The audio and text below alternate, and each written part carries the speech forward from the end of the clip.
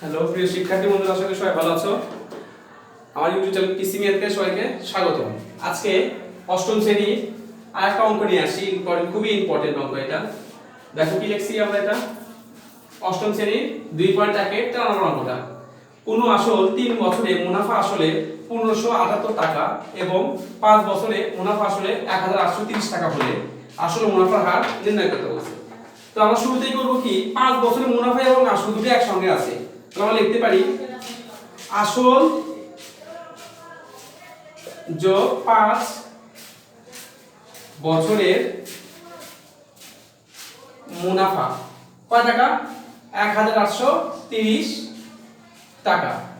আবার আসল যোগ কয় বছর আছে এখানে? 3 বছরের মুনাফা, মানে মুনাফা এবং 5 বছরের, মানে আসল এবং 5 বছরের মুনাফা মিলে 1830 টাকা। আবার একইভাবে আসল আর 3 বছরের মুনাফা মিলে হচ্ছে 1578 টাকা। তাহলে যদি আমরা বিয়োগ করি, এখানে বিয়োগ করব কেন? বিয়োগ করলে আমরা আসল আর আসল কেটে যাবে, পাবো কি শুধুমাত্র মুনাফা। তাহলে 5 থেকে 3 বাদ দিলে কত হবে? 2 বছরের মুনাফা হবে, এটা বিয়োগ করলে হবে 252 টাকা। অতএব 1 বছরের মুনাফা 252, 1 বছর মুনাফা বেশি হবে অবশ্যই, কম হবে 1 বছর, 2 বছর যা হবে 1 বছর মুনাফা কম হবে। কম হলে কি করতে হবে? 2 দিয়ে ভাগ করতে হবে। এখানে যা থাকবে সেটা পাশে গিয়ে ভাগ হয়ে যায়। আমরা 3 বছরও করতে পারি, 5 বছরও করতে পারি। আমরা 5 বছর দিয়ে করব, এখানে সহজ হবে। গুণন হচ্ছে 5, 2 বছরে যা হবে 5 বছর অবশ্যই বেশি হবে। ক্যালকুলেশন করলে হবে এটা 630 টাকা।